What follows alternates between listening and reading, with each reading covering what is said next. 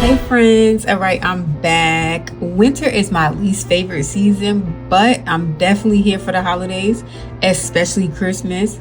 I honestly been on a kick since my birthday because that kind of kicks off the holiday season because it's in September. Then October is Halloween, my all-time favorite holiday. Then it's November. Then here we are at December, back at Christmas season.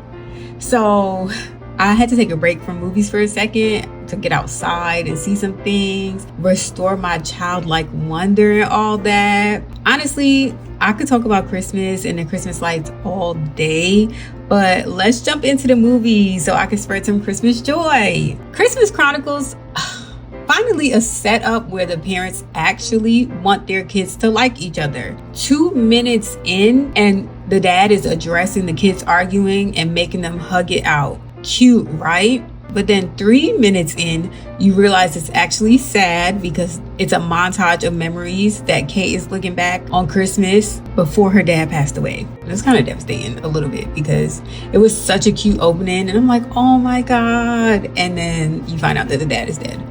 Sorry, I'm spoiling it. I should have said that earlier, but it's the typical sibling rivalry though. Teddy, the teenage brother, has been acting out since their dad died. He's stealing cars, drinking beers, being mean to Kate.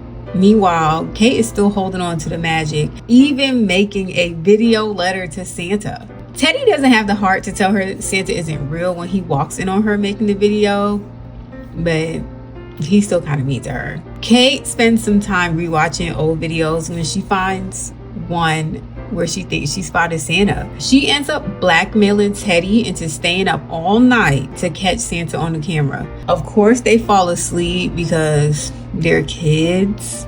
It's adorable though, even though Teddy's a teenager and Kate is like, I don't know, 10 or something. It's still so cute that they tried to stay up all night and they fell asleep.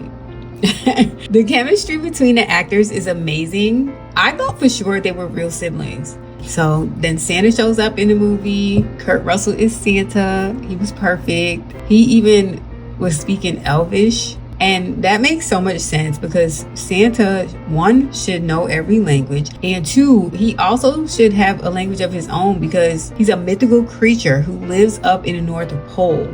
Like, it would make no sense if his language was English. That's kind of weird, actually. You know, the movie is playing in a country that speaks English, but I like that they put that in there. They honestly answered a lot of questions about Santa in this movie. And I like that. Anywho, things are going good until Katie taps Santa mid-flight and surprises him by making him aware that her and Teddy snuck into his sleigh. So boom, he crashes and then the movie takes off from there. It's the usual kids cause a problem they don't understand trope, but it worked. It's heartwarming, magical, and I watch it every year. I literally watch this with or without my son. He sometimes don't want to sit through the whole movie. He did enjoy it when we watched it, but I watch it by myself. I don't care. I like it.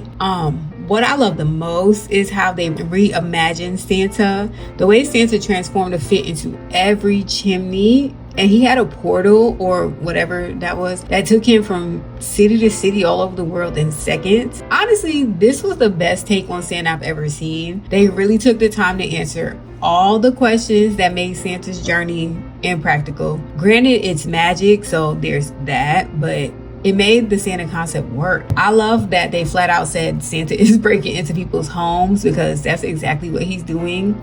He's literally the most loved criminal ever. I love how they talked about his weight too. I never understand why Santa had to weigh a certain amount or how they always portray him like this jolly fat guy. He's the only mythical creature whose weight really comes into play. The elves were my favorite, of course. They were so cute and emotionally expressive. And when they were happy, they were happy.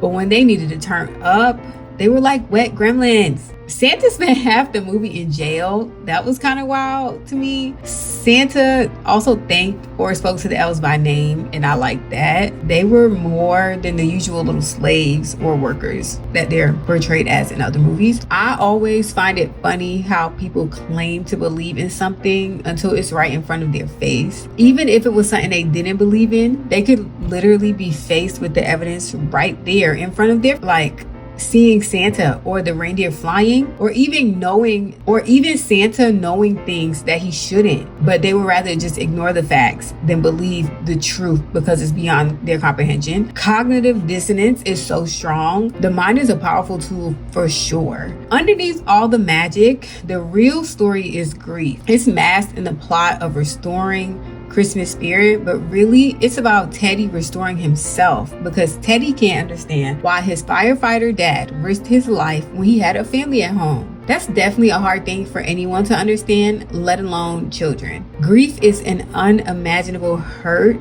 It's so unexplainable. You literally have to experience it to understand it. That's a lot for children, especially when the remaining parent isn't able to provide the necessary support or guidance. Like, the mom worked so much that Teddy was basically raising Kate. Teddy needed counseling or something. He really was going through it, but wasn't able to express himself. That's why he was hanging out with the wrong crowd and stealing and stuff. Even with all the nonsense and Kate finally getting confirmation that Santa was real, she was still recording. Like, girl, if Santa wanted to be known, he would be. It's like she didn't learn anything the whole time. The movie went so good and everything, and she still thought at the end of the movie she was going to have a tape confirming Santa's existence. Girl, what? Focus on the mission. You saved Christmas for the night. That wasn't enough. She really wanted proof. It's crazy to me how people will have something so good. You get the experience. It's actually beautiful because nobody else knows it exists. And you still want to ruin it by showing it to other people. You don't have nothing to prove to anyone else. Nobody else needed to know that Santa existed. She knew and her brother knew, and they did a great thing. Now, part 2, same Christmas magic, but with a twist. This time, the villain is an elf who feels abandoned. After being adopted by Santa and Mrs. Claus, they cursed him to be human as punishment, and he's out for revenge, trying to cancel Christmas forever. That honestly wasn't the best way to deal with him, because look what happened. He kidnapped Kate, who was already trying to run away because her mom is dating someone new. So yeah, more teenage angst and drama. Goldie Hawn as Mrs. Claus, loved it. I loved seeing her and Kurt together. That was everything. The sequel dives deeper into the lore of Santa's world, and the visuals are stunning. It's still fun, still magical, and of course, still packed with heart. Both movies are about more than Christmas. They're about family, grief, and finding joy again. They remind us that magic isn't just in Santa, it's in how we show up for each other. So if you need a holiday pick-me-up, watch the Christmas Chronicles 1 and 2. Trust me, they'll restore your Christmas spirit. All right, friends, that's my review. What's your favorite Christmas movie? Drop it in the comments. I need some new ones for my holiday binge.